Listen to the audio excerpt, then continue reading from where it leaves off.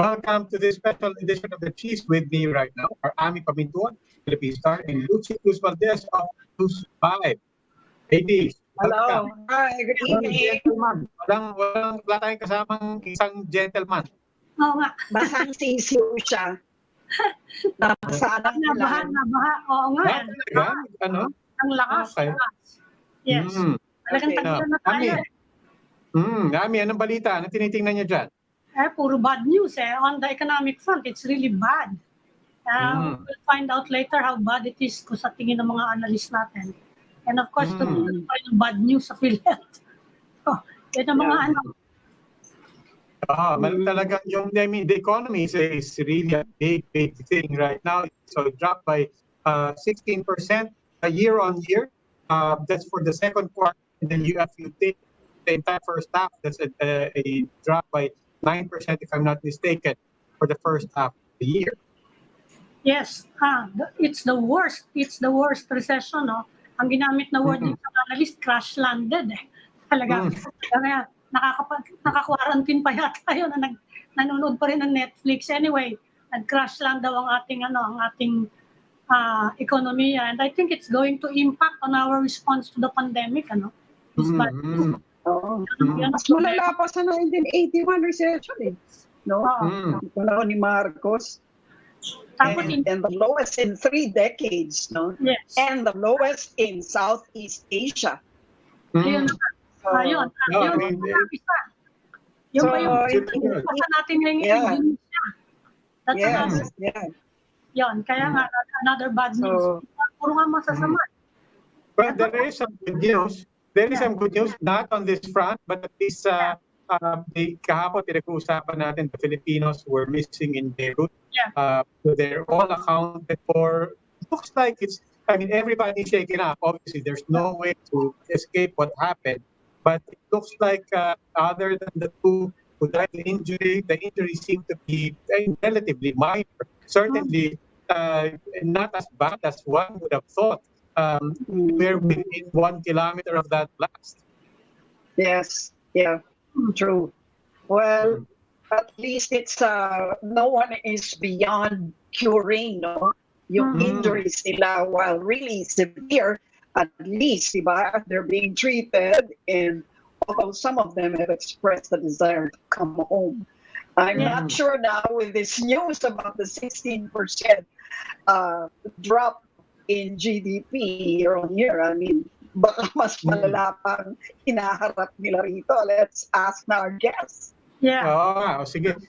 Umpisahan natin. First, let's talk about PhilHealth pa rin. And we have our guest, Congressman LRay Villafuerte. It's si Mr. Punongbayan na muna. Yes, Mr. JC Punongbayan. Unahin na muna natin yung unahin pa natin si JC. Sige, okay. Let's bring in JC. Sorry. JC Punongbayan, economist, columnist, rapper, and also may podcast yan. Nagko-collab kami yan. May podcast yan. Yung kanya usapan ng group. As a podcast economist. JC, welcome to the Chiefs. Good evening. JC. Magandang gabi po. Okay. So, gaano ba kasama? Bring it on. How bad is it? JC, we were bracing, obviously, for not good numbers.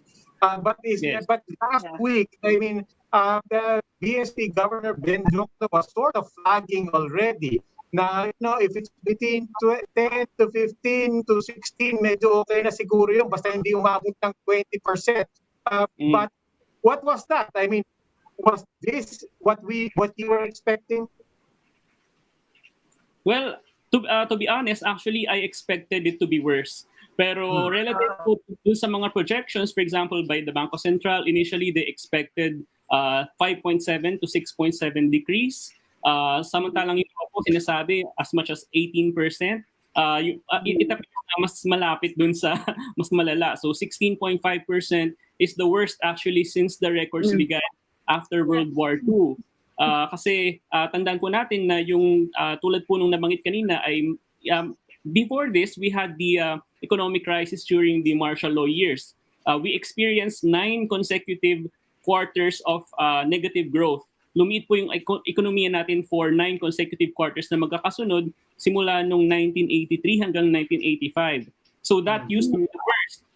Pero ngayon po ay it's much even worse than that.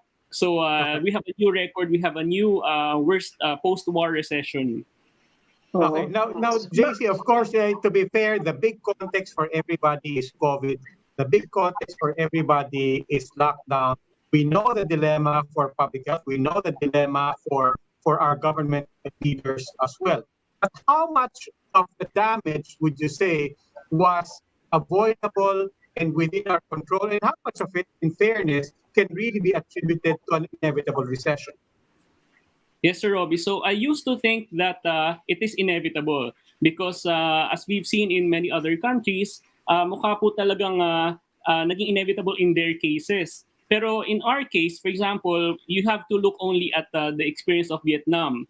Kasi Vietnam po, even with all these pandemic crisis, they actually grew in the second quarter of this year by maliit lang naman po, so 0.4%, but it's still growth. So they managed to do that because they addressed promptly the pandemic as early as late January and early February. They had reliable contact tracing. They had localized lockdowns, so that afforded them the opportunity to actually reopen quickly. Meron din po silang nationwide lockdown back in April, pero that lasted for only 3 weeks. And after 3 weeks, they were able to reopen again. Kaya hindi po naging ganun kasama yung epekto sa ekonomiya ng Vietnam. We're just waiting for data from other countries like Malaysia and Thailand. Pero tulad po nung nabanggit kanina, we have the worst economic performance in ASEAN in the second quarter. And we have to contrast that with the news again today that we have the most number of COVID-19 cases. So parang on both the health and economic fronts, parang we have the worst of both worlds po. Okay, irrecoverable ba yung the fact that we came in late in terms of addressing the crisis or the pandemic rather? The fact that we locked down only in March, the fact that we started contact tracing only in March, and it wasn't a very good one. Yun bang misstep na yun? Irrecoverable ba yun? Well, Ma'am Lucy, kailangan po nating tandaan na we're already in the second MECQ or Modified Enhanced Community Quarantine at the request of the health workers na at the front lines of the pandemic. Kasi yun nga po nakita natin na napapagod na sila, na-overwhelm yung ating mga ospital. And we have to remember that in this crisis, nakatali po yung fate ng ekonomiya natin dun sa paano natin ina-address yung COVID-19 pandemic. So hanggang hindi po magkaakibat po yan. So hanggang hindi natin nalulutas itong pandemic ay mukhang hindi tayo makaka-recover ng mabilis. So when it comes to the parang inevitability of it, ay parang we have to live with the fact na parang we've missed the golden opportunity back in January and February where we could have contained the crisis just like Vietnam had done. Well, in So the kulang ba yung package? Kulang ba yung Bayanihan to heal us one? Kulang ba yung SAC? Kulang ba yung 162 billion COVID? Kulang ba? Was the size not enough? Yes, Ma'am Lucy, lahat po yan ay kulang. So, for example, if you remember, we have the social amelioration program that was only good for 2 months. Pero ngayon po, hindi na nasundan yun. So, at in itself, ay naging maliit po yung amount na 5,000 to 8,000 per family. Tapos 2 buwan na, tapos hindi na nasundan, samantalang August na. So, in other countries, for example, in the US, meron po silang tinatawag na stimulus checks. So may mga individuals po na nakakatanggap ng as much as $1,200 per person. And right now, I think nasa second round na sila ng stimulus checks. Pero pagdating po doon sa mga, so that, doon pa lang po ay kulang. Doon po sa mga economic rescue packages na hinahain ngayon sa Kongreso, like the Bayanihan to Recover as One Act, ang ayuda po doon ay 140 billion. Samantalang yung pong nawala sa ating GDP from second quarter last year to second quarter this year ay tumataginting po na 820 billion. So 6 times na mas kaysa dun sa 140 billion sa Bayanihan to recover as one act. So hindi po talaga proportional yung economic aid. Tandaan po din po natin na dun sa Arise Philippines Bill, na isa na namang economic rescue package from the House of Representatives, that amounts to about 1.3 trillion pesos. So halos 10 beses na mas malaki dun sa ayuda sa Bayanihan to recover as one act. So nakakalungkot na nagiging fiscally conservative po yung economic managers dahil concerned sila sa debt, sa deficit. Pero ito po yung panahon para hindi tayo mangiming gumastos para sa taong bayan kasi nagkakasakit na but In the JC, meantime, sabi ng Bangko Sentral, sabi ni Ben Jokno, the worst is over. And they're predicting a swoosh type recovery. Do you agree with that? That the worst is over? Actually, yung swoosh recovery, hindi ko po na-encounter sa kahit anong economic textbook yan. So, wala pong swoosh. Wala Hockey stick. Pero it's the worst Hindi over. pa nangyayari I think basically, I think what they're saying by swoosh, diba, as opposed to a V-type recovery, it's basically a steep drop and then a very, very slow recovery. Pero kung titingnan po natin, yung economic decline ngayon is very steep. Parang it's really a nosedive. From the 0.7% in the first quarter to 16.5% is a nosedive. And as I said, nakatali po yung economic recovery. So we're all wishing for a very quick recovery. Pero nakadepende po yan sa pandemic, number one. And number two ay dapat po in the process ay hindi natin hinahayaan na nawalan ng trabaho yung mga tao at yung mga negosyo ay namatay na lang left and right. Kasi kapag JC, yes. But Jason, to that point, I mean, the economic managers today were emphasizing, one thing that will not change is their strategy to pump prime the economy, pour more into infrastructure. Can we build our way out of this crisis? Well, Sir Robbie, there are serious concerns when it comes to build. So they're touting it as a way to recover, but a number of reasons why that may not be the case. For example, even before the pandemic, you will note that they had a lot of trouble when it comes to implementing all these projects. In fact, they had to revise the original list of projects, realizing that many of them turned out to be unfeasible in the first place. And what more now, kung saan limitado po yung galaw ng mga tao at mahirap i-jumpstart yung infrastructure projects just like we did during before the pandemic. And then number two, you will also note po na merong mga economic rescue packages in Congress that are tying the recovery to, for example, local infrastructure projects amounting to 1.5 trillion pesos. Pero may mga nangangamba po na baka maging vehicle po ito for the pork allocations of lawmakers in the next 3 years. So a lot of concerns po, especially dun po sa implementation side of build. Okay. But okay, JC, what would constitute a good recovery plan? Does this mean uutang na naman? Does this mean never mind the fiscal checks, let's just borrow money when we can?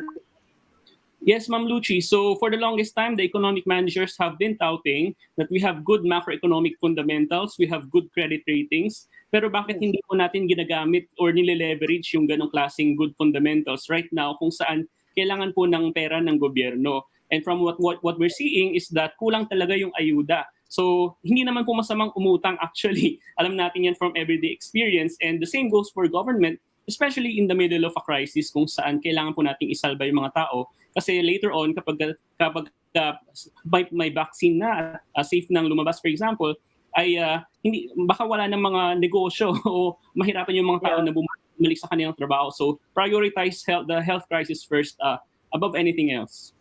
Okay, Economist JC Punongbayan of Rattler and also of the Usapang Econ blog and Usapang Econ podcast. Maraming salamat.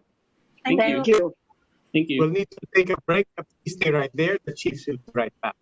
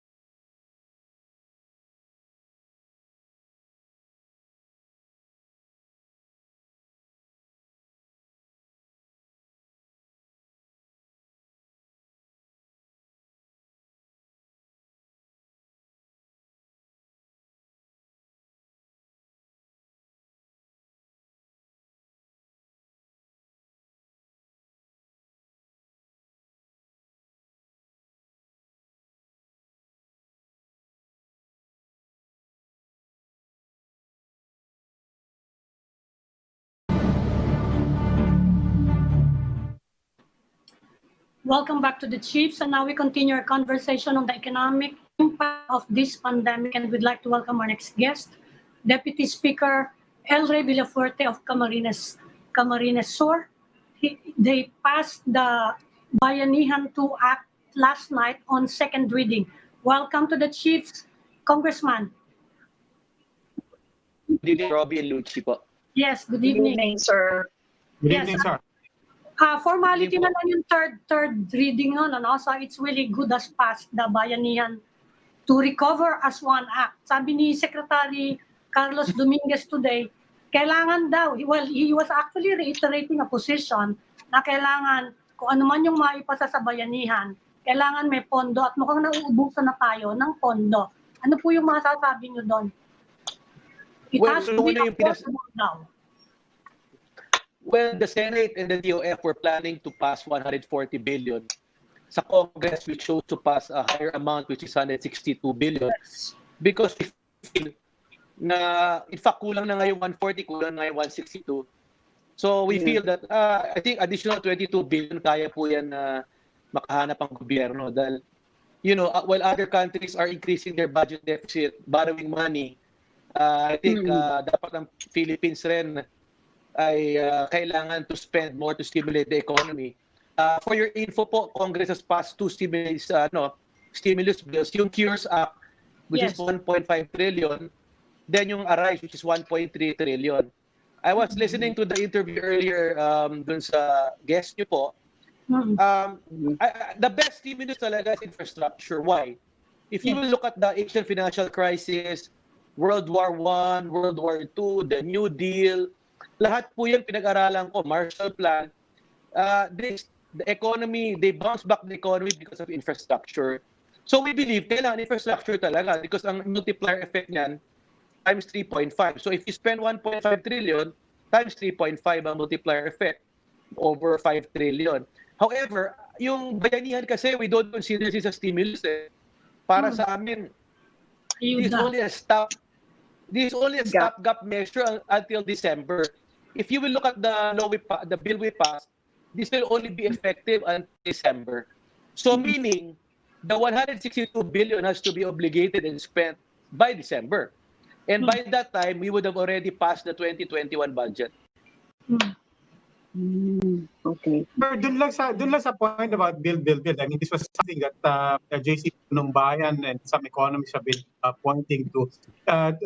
Two points about infrastructure spending. One is, yes, malaki yung dividends and infrastructure spending and so on. On the other hand, when they say, when you look at the track record of build, and the absorption capacity of government, the records and the numbers don't really look very impressive.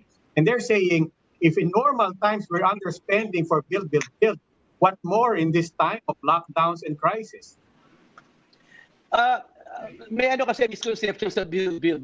When you talk about build, it's not only the the big ticket items na sinasabing hindi na kompleto. Let's just say, meron raw 60, only 8 were implemented. Pag big ticket talaga, it takes 2 to 3 years. However, if you look at the economy, we grew the past 3 years. Ang laki ng growth natin, 6 to 8% because of the build. Nag-grow ang construction, and employment went up. Because hindi yung build, big ticket items. Yung build na nararamdaman sa down to the barangay level. Kaya napakataas ng rating po ng ating Pangulo pre-COVID because ramdam ng tao, may bagong tulay, may bagong kalsada na implementable within 6 to 12 months. So yun ang sinasabi namin. Nung pinasa namin yung cures, yung COVID unemployment reduction, economic stimulus, dapat ang implement ng gobyerno, yung shovel ready, 60 to 90 days, implementable. Ano ba yan? Tulay, kalsada, water system, more schools. So I disagree with the JC na sinasabi niya pork yan. Wala na pong pork yan, the line item po yun. In fact, what would you, I will ask the people now, kayo po, what would you rather do? Implement a 2 billion bridge in Metro Manila or 100 million in 20 barangays?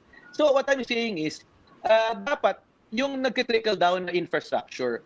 So infrastructure really is the engine of growth. Proven na yan all over the world. But ang dapat, yung shovel ready po. Meaning, by the time it got approved, within 90 days, tapos po yan. So yan po ang tinutulak po ng Kongreso. in terms, however, of addressing the COVID needs, yung immediate needs, because even with shovel-ready projects, people will have to wait another 3 to 4 to even 6 months. No, in the meantime, we're having to deal with this pandemic. And according to Bloomberg, our 140 billion Bayanihan to Heal Us One budget is the smallest in Southeast Asia, even just for the cure. What do you have to say about that? Is there any way we can increase this? Well, ang stand ng Congress, ma'am, we agree with you, napakaliit. That's why we passed 1.3 trillion na RISE bill and 1.5 billion na cures. That's total 2.8 trillion. Yan ang gusto namin. But however, Congress cannot pass a bill with no revenue source, ma'am. Illegal po yan eh. So kailangan i-fund po talaga yung dapat sabihin ng gobyerno, this is what we have. Ngayon, sabi ng Department of Finance, we only have 140 billion for Bayanihan 2. Kami naman, kulang naman yan, 162. Why? Kasi while we grapple with the economic problem, yung COVID problem kailangan priority. Kasi sinabi nila, ang key raw is test, isolate, treat. Yes. Kung titignan nyo po yung bill ng Senado, karamihan po doon, test lang. Naglagay sila ng 10 billion testing equipment, PCR. Sa Congress, holistic. Meron kaming testing, meron kaming building of isolation and quarantine areas, meron kaming additional fund to provide mask and PPE to the poorest of the poor. Kasi dyan, if you will analyze, kaya nabalik tayo, dahil marami talagang walang maskara na mahirap. So yun mga bagay na we're proud that Congress has passed and addressed na hindi na nagawa sa Senado. Kasi look at the problem. Sige, Bob, go ahead. Sa tingin niyo po ba enforcement ang mali? Doon ba nagkakaroon ng gusto? Mama, I've been reading a lot eh. Ang talagang solusyon talaga sa atin, discipline. Within ourselves. Pag sinabing lockdown, huwag kang wear mask, social distance, then huwag kang lumabas. Huwag. Hindi kasi naman nangyari sa LSI mo, ma'am. Umuwi, natapos ang lockdown, umuwi sa probinsya, ang sabi, mag-quarantine ka ng 14 days sa bahay mo. Anong ginawa? Hindi sumunod, nakipag-inuman, nag-grocery, nakipagbarkada, doon kumalat ang LSI. Kaya dumagdag po yung natin eh. Kasi, for example, in Camarines Sur, 4,000 po yung LSI na napauwi namin, ni isa walang COVID. Bakit? Kinuwarantine po namin ng 14 days eh. Anong nangyari? Nag-umpisa ng home quarantine ng tao, walang disiplina, hindi nag-test, may simptomas na, nagkalat. So, I think the basic problem is discipline. Yan po ang ginagawa sa Korea and possibly Vietnam mo. Ano sila communist country. Talagang takot sila sa batas. Dapat hindi na kailangan ng batas, sabi ng World Health Organization, ma'am. Simple lang ang cure. Social distancing, alcohol, mag-disinfect, mag-mask. Dapat sundin po natin yun. Pero yung 5,000 to 8,000... Congressman, if you don't mind, I'll okay. Yeah. Congressman, if you don't mind, I'll take your example about, as you said, no, quarantine nyo, so naagapin nyo. No? But doesn't that precisely illustrate the point? It takes both. It takes discipline on the one hand, and surveys and studies do show that Filipinos do want to be disciplined. They know what they need to. They know what they have to do. Pero kaakibat nun, di ba? Yung kaya po na sinasabi nyo, government taking the initiative, the local or national levels, to provide the infrastructure, the systems, the mechanism, the correct information, the correct communication to support them in what they want to do. Because people are also saying, look, you keep telling us to be disciplined. People are already suffering with lockdown at their homes, and they're asking, yeah, but what about government? We're getting confused. We don't have enough facilities for quarantining. If we had, wala man lang proper contact tracing, it seems unfair for a lot of people to keep blaming the people for their discipline. Tama po kayo, I agree with you. But siyempre, ang discipline naman po, sir, is within us. But I agree with you, dapat holistic. Within us, dapat discipline. Government should do its role in providing targeted testing, providing the quarantine facilities, isolation and treatment centers na pinondohan po namin for Bayanihan na we're proud. Wala po yan doon sa original plan ng gobyerno. And I think they agree with us. So, tama po kayo. While you're providing quarantine areas, isolation treatment, dapat ang tao sumunod rin. Then tama po kayo. Dapat the government should be a role model in instilling discipline and following the law. So, dapat talaga holistic po talaga ang approach. Congressman, you have a very short time with us. Isingit ko lang, sabi ng sabi ng PhilHealth, magiging bankrupt na daw sila. But considering all the controversies now hounding the Philippine Health Insurance Corporation, anong mood sa House? Are you inclined to give them more funding from our national budget, hindi lang from seed taxes? Ma'am, yung the concept of the National Health Insurance System, PhilHealth, is really maganda. Sa ibang countries, nag-succeed. But sad to say, ma'am, ang napaka-corp ng mga nagpapatakbo dyan, hindi lang ngayon, dati. So kung ako po, sana, tama naman, innocent until proven guilty po. Pero sa akin, pending full investigation, dapat ang mga involved po dyan, muna? Voluntarily, muna sila? Step down, di ba? That's what we propose. Kung ayaw nilang mag-resign, di mag-voluntary muna sila, mag-leave muna sila until a full investigation is in place. However, ma'am, hindi natin pwedeng pabayaan po yung PhilHealth dahil number one, may batas po tayo, universal healthcare. Yes. Hindi naman natin pwedeng sabihin na i-abolish yan. Napakagandang programa, nasisira lang dun sa nagkakailang mga tao na papatakbo. Yeah, so we have to support the PhilHealth, but I disagree also na bankrupt sila. Kung titingnan mo yung nila, yung pera nila, may pera pa po sila, over 100 billion. Mali po yung sinasabi nila. Totoo po bumaba yung collection dahil yung premiums na bumaba. Pero hindi po totoo na bangkarote sila. So you're not inclined na kung hihingi silang dagdag na budget, hindi kayo inclined na ibigay yun at this point? Ma'am, we have to give them. The same way that sa DSWD, nagkaroon ng problema sa SAP, but yung nag-lockdown MECQ na 2 weeks, ma'am, papabayaan ba natin because sa kapalpakan ng ibang tao? I think that is the Comm's job, number one, to give the money. Then, as part of its oversight, siguraduhin na lang na kung sino may kapalpakan, kasuhan administratively. Siguro, ma'am. Pero hindi tayo, we cannot just stop giving aid because certain people or a few people are incompetent or negligent, ma'am. Okay.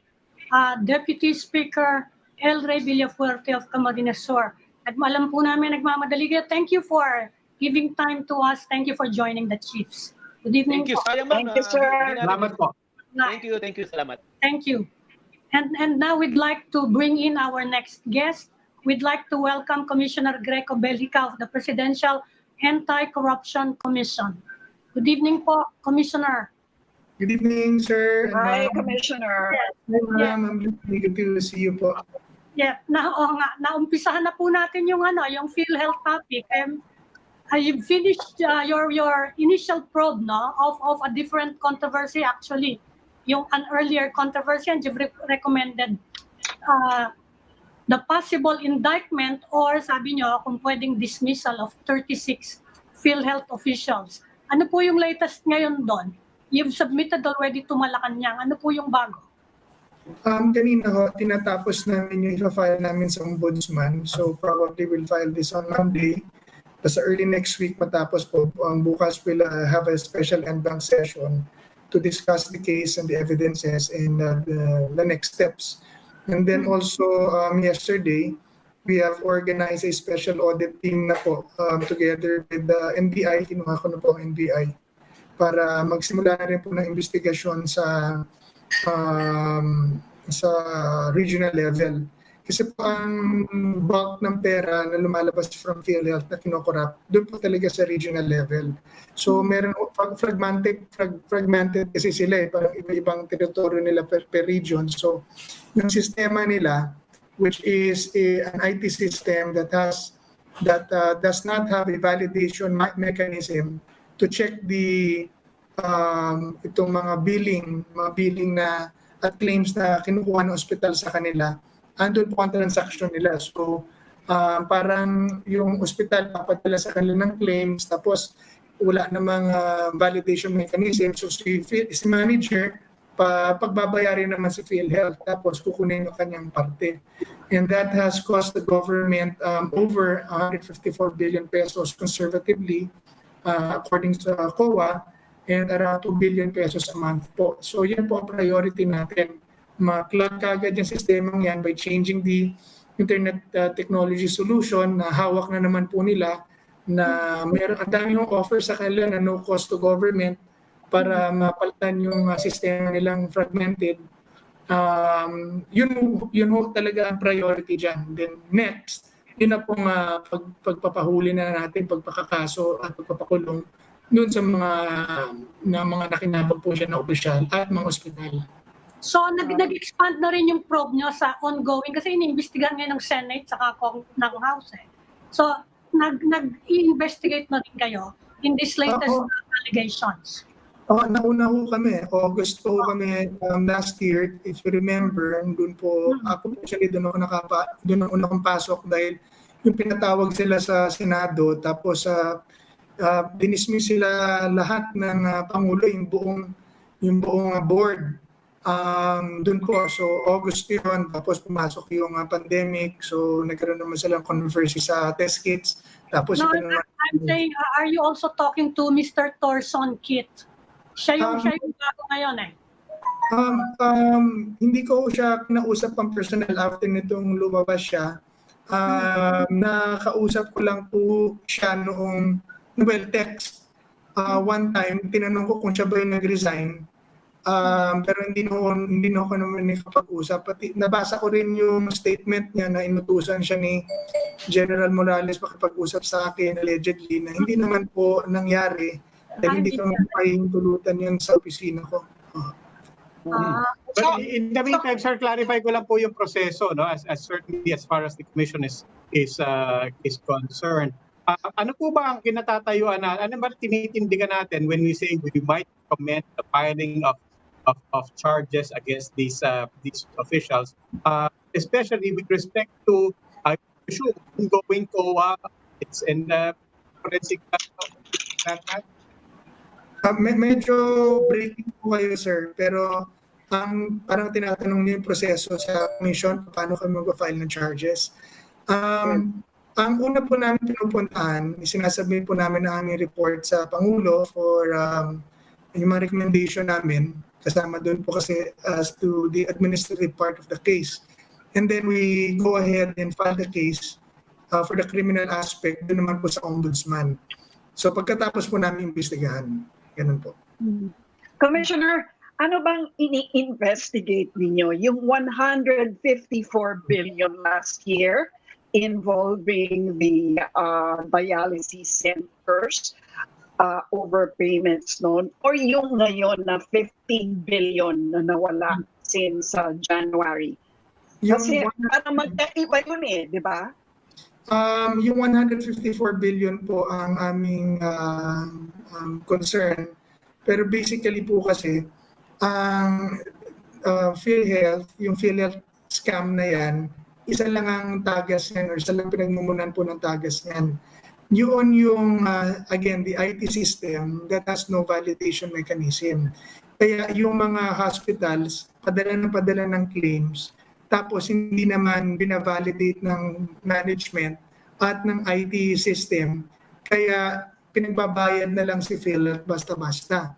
Kaya doon yung mga nakikita nating upcasing, yung sinasabi, yung may sipon ka lang, tapos pneumonia na.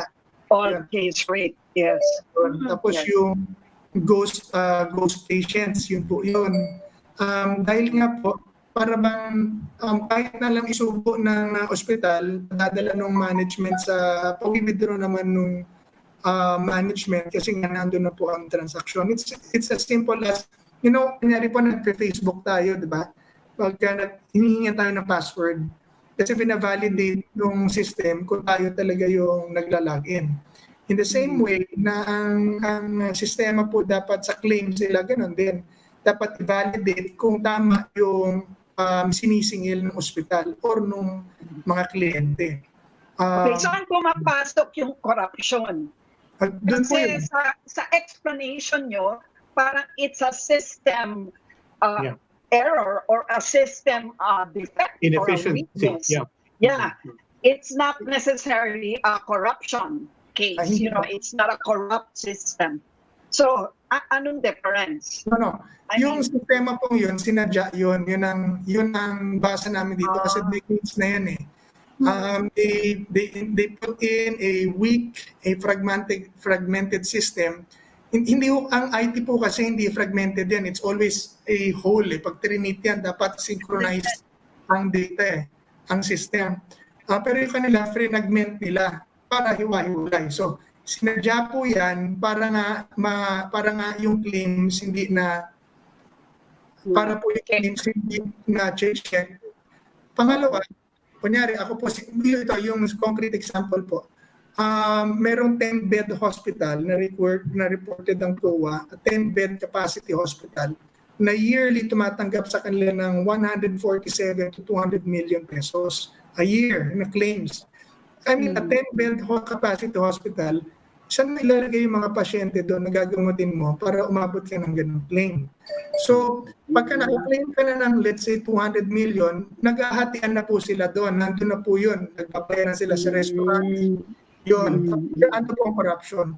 Or iniipit nila po dahil nga po magulo yung system or fragmented or bigla ka made-deny, iipitin po ngayon nila yung mga ospital para mag-settle. Punta na po sa legal department yon. Doon po sa legal department, ibigyan na po ng panibagong proseso yon. Balik na naman po rin sa IT, tapos balik na naman sa legal department. So yun po yung mga case na nahawak namin, na nakita namin. Okay, so dito pala nagbibigayan. Kasi yung mga, dahil, magbigay ka na lang, kesa mapahirapan ka pa. So parang gano'n. Kaya yung hospital, case. Commissioner, I mean, can you hear me now? I mean, malinaw po ba ngayon? Opo. Can you hear me? Okay.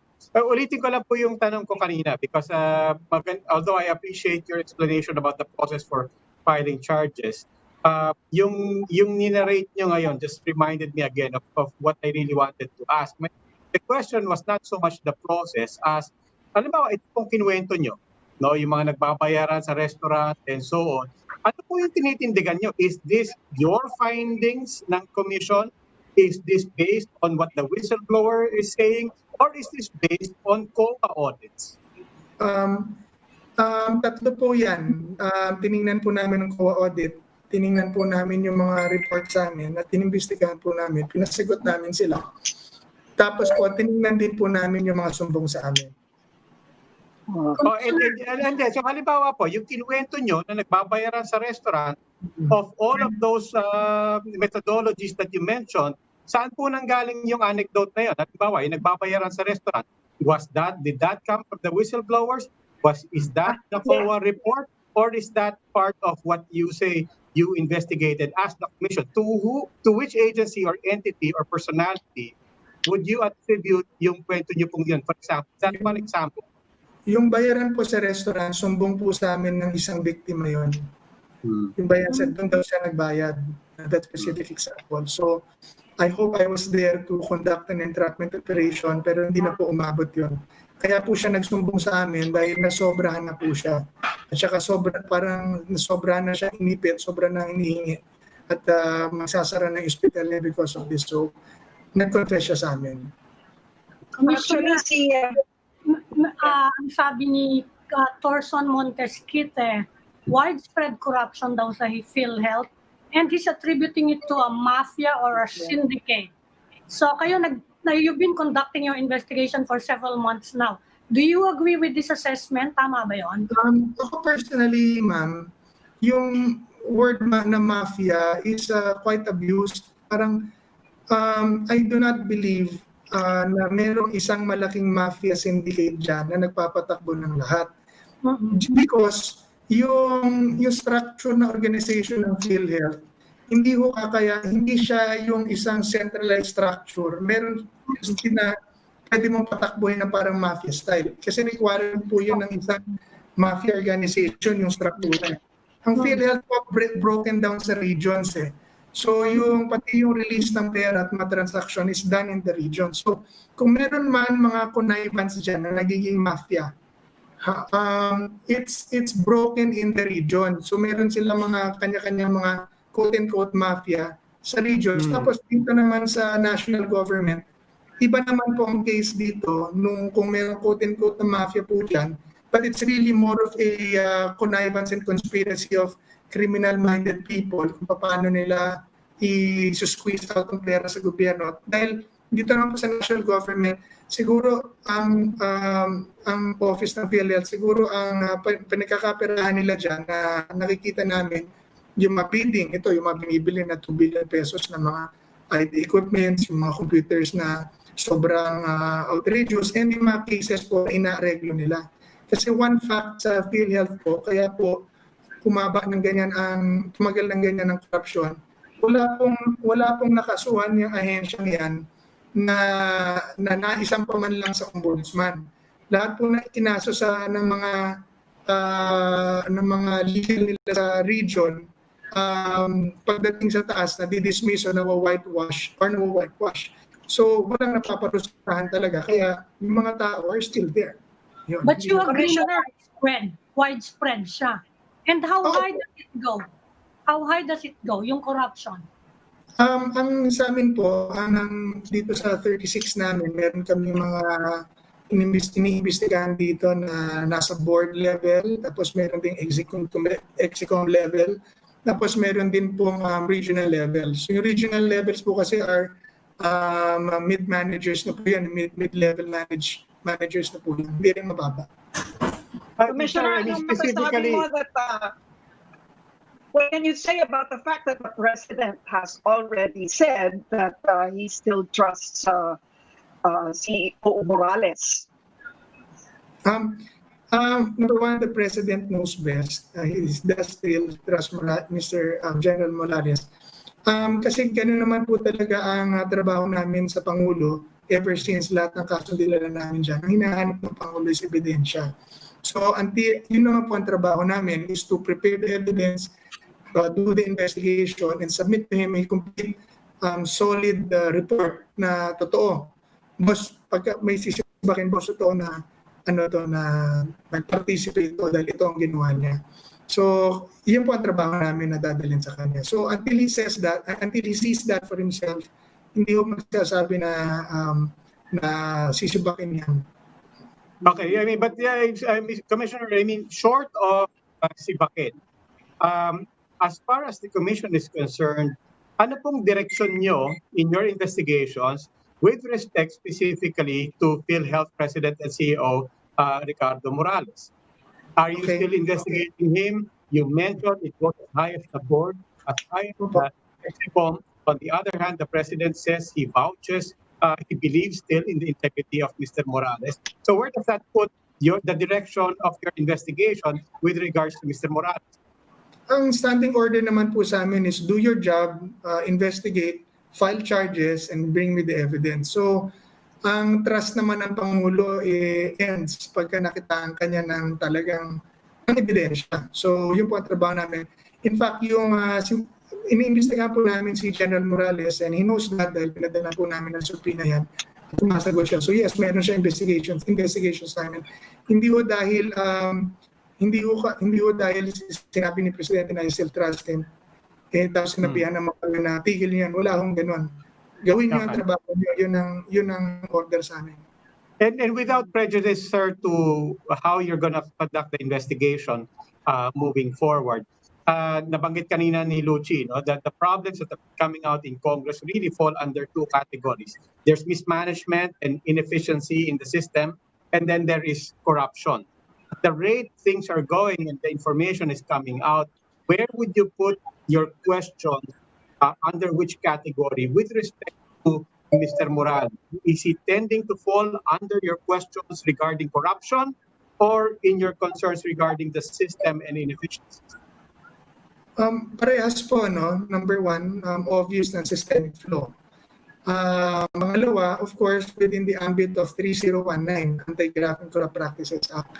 So, yun po. Is there any specific issue related to Mr. Morales that you are pursuing? Kasi medyo maraming issue yun, yung sa ICT, yung more than 700 million worth of equipment daw na hindi na clear by the DICT. Kasama na ba yon sa iniimbestigahan nyo, that issue? Opo. Nakatuto kami ngayon, ang investigation po namin, yung mga kasong hawak namin. Nakatuto kayo dun sa number one yung sistema dahil bakit nandyan pa rin yung computer system na yan? Yes. Yan ang ito dyan. At hindi pa pinapalitan yan. Ang dami na nag-o-offer. Number two, sino ang mga na-involved dyan na nakinabang dyan sa mga pwestong yan? At yung knowledge mo. Number three, ano yung mga purchases dyan na hindi dapat pero nangyari and anong extent na kanyang involvement doon. So basically doon po aside from the test kits, overpriced test kits na So linawin ko lang, this is an ongoing probe. Hindi yan kasama dun sa 36 names na nirekomenda nyo for indictment or dismissal. this is an ongoing investigation po. So your No, but- investigation is different from what the Senate has done. You're not going to wait for the report of that investigation, the Hindi. hearings. In fact, nakita ko nga, I watched the Senate hearing, yung mga sinasabi nila doon only confirmed our theories, no? Pati yung statement ng mga PhilHealth. Yun naman ang findings namin from the beginning. It's a systemic IT problem, na legal department problem nila. Kaya hindi matigil-tigil po yan. Yes, but Commissioner, I mean, again, balikan ko lang yung tanong ni Ami. Because, ayun nga, sinabi niya, notwithstanding what you said, that this is an ongoing investigation. Well, I assume this is an ongoing investigation with respect to everyone. And yet you have come up with a number, 36 people, as you said, ranged from regional to Execom to board members. Bakit po, why does it stop short of Mr. Morales being part of that if mula sa mga galamay sa regions hanggang sa kataas-taasan na Execom hanggang sa pinakamataas na board, how come hindi man lang nahagip doon si Mr. Morales with respect to notwithstanding what you're saying that this is a pending investigation for everyone, one with, as you said, kasama si Mr. Morales doon, bakit siya hindi nahagip doon sa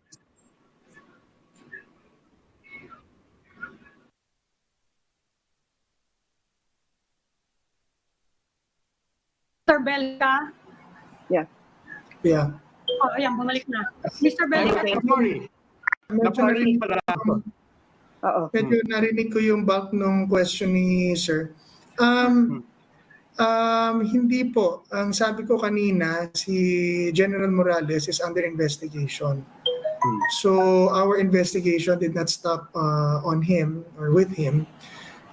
Number two, ang hindi ko lang po pwedeng i-reveal is sino yung mga pangalan ng mga isumiti namin sa Pangulo dahil na-isumiti na po namin yon, and it will be, we are waiting for his decision on that po. by decision you mean approval? Wala ata sila, ma'am, sorry.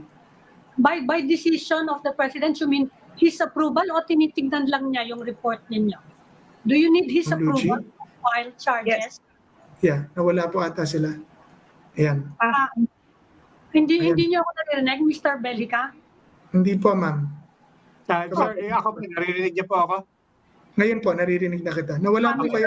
Yung tanong po ni Ami, do you need the President's approval and endorsement for you to proceed with the filing of charges against anyone? No. Hindi So, po.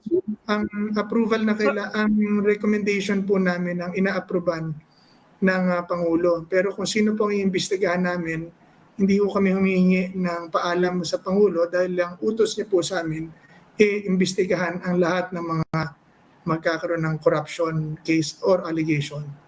Okay, sorry, linawin ko lang po if I got that right. You don't need his permission To investigate.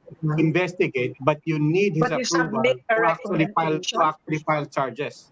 To file Yun po ang charges? trabaho. No. Yun po ang trabaho. Yung recommendation namin, ina-approve niya.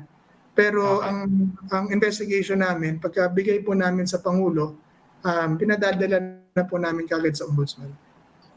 Oh. Okay. So So if you need his approval of your recommendation. Recommendatory body lang po kami. We investigate for him. Ang kapangyarihan ng Pangulo, ang kapangyarihan magtanggal, nandun din po sa Pangulo dahil siya nag-appoint. I see. Ah, Okay. but yung filing ng charges, you don't need his approval. No. He expects that of us. Na pag inimbestigahan namin, file it with the Ombudsman for the I-file criminal niya. aspect. But Criminal aspect. notified lang siya. Notified lang siya. Hindi, You ang notify una, him. no, not notify. We submit our recommendation to him. Yep. Opo, yung report and recommendation para i-fire out niya. Kasi yung power to fire out, kasi po yung evidence, yung requirement of evidence ng criminal case tsaka admin magkaiba. Isa sa admin, substantial evidence lang. Sa ombudsman, which is criminal, yung proof beyond reasonable doubt.